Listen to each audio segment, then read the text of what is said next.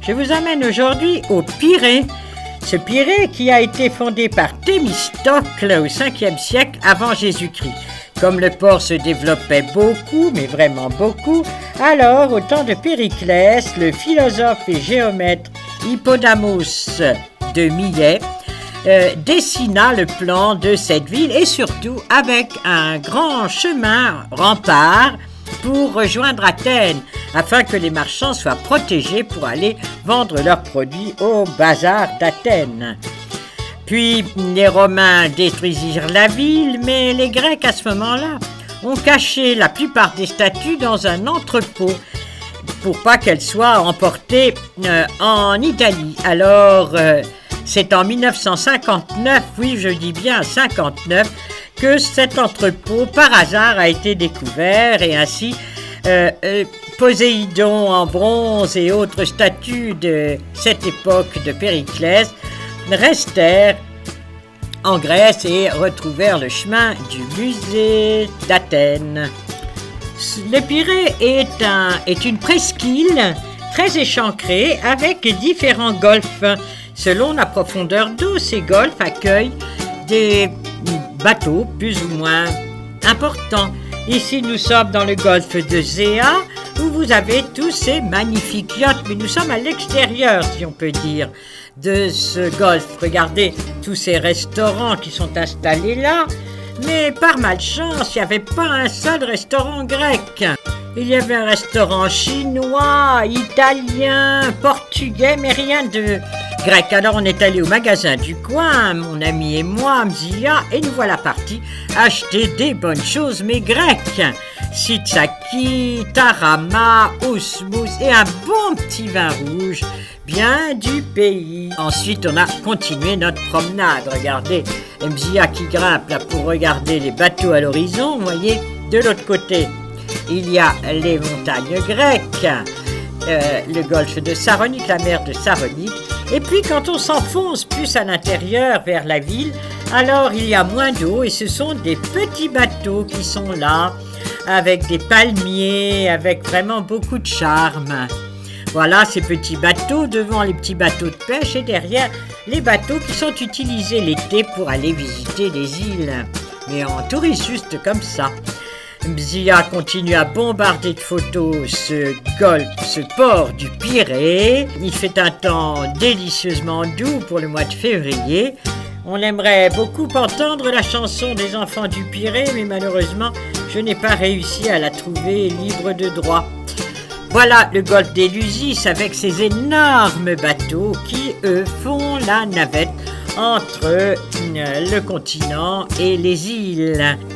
En 2020, c'est 8 millions de touristes qu'ils ont transportés d'Athènes dans les îles. Ça, c'est ces palmiers trop jolis, avec à l'horizon toujours ce Pirée.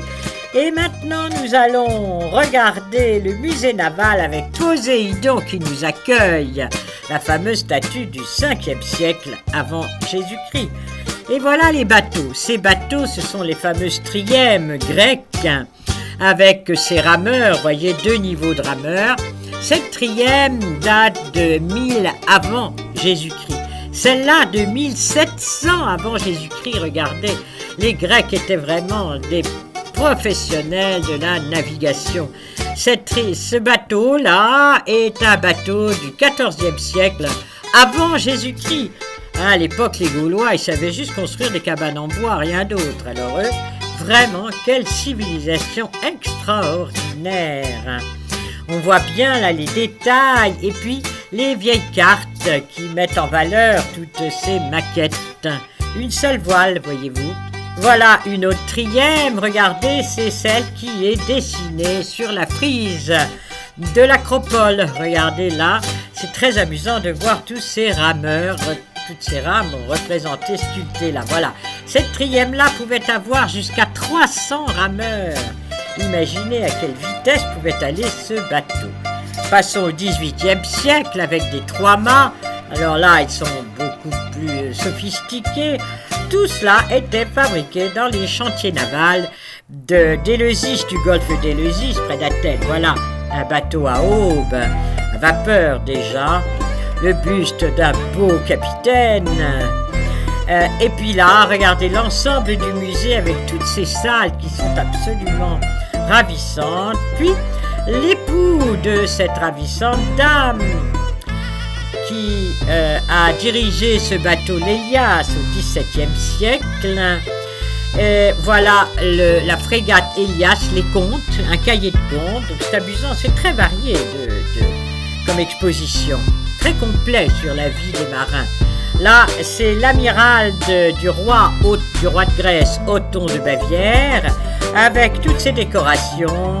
Et là-haut, son bicorne, regardez, c'est solennel. Nous voilà en 1912, la bataille, plan de la bataille, avec les petits navires, enfin bon, pour les spécialistes, c'est sûrement très intéressant. Voilà les fameux bateaux énormes qui sortirent des chantiers navals d'Athènes, d'Éleusis. Regardez, c'est pour containers, pour voyageurs, enfin, ce sont vraiment des paquebots énormes, qui sont fabriqués toujours encore dans les chantiers navals. Le costume d'un capitaine de vaisseau avec l'épée, les gants. Voyez ici, ces salles immenses. Puis encore des costumes. Et là, c'est le premier bateau construit pour transporter le pétrole. C'est assez original. Pendant toute cette visite, je vous laisse écouter la musique grecque typique. Voilà une tête de proue d'un navire marchand. Là, un soldat, un marin dans la tempête, en bronze. Un chantier naval pour qu'on montre comment se fabriquaient les trièmes. Ça, c'est d'autres petits bateaux beaucoup plus récents.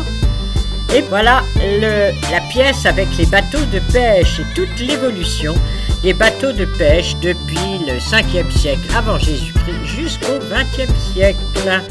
Voilà toutes ces voiles, vous voyez, de différentes tailles, différentes formes, pour attraper le vent et aller de plus en plus vite, car c'était bien ça le but.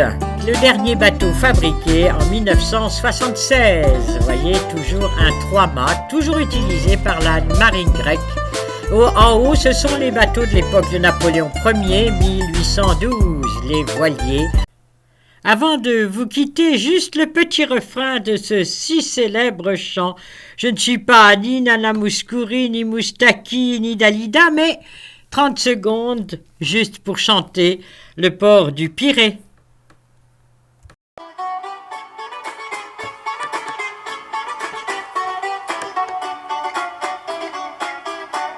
Mon Dieu, que j'aime ce port du bout du monde, que le soleil inonde de ses reflets dorés. À bientôt pour une autre visite. Au revoir.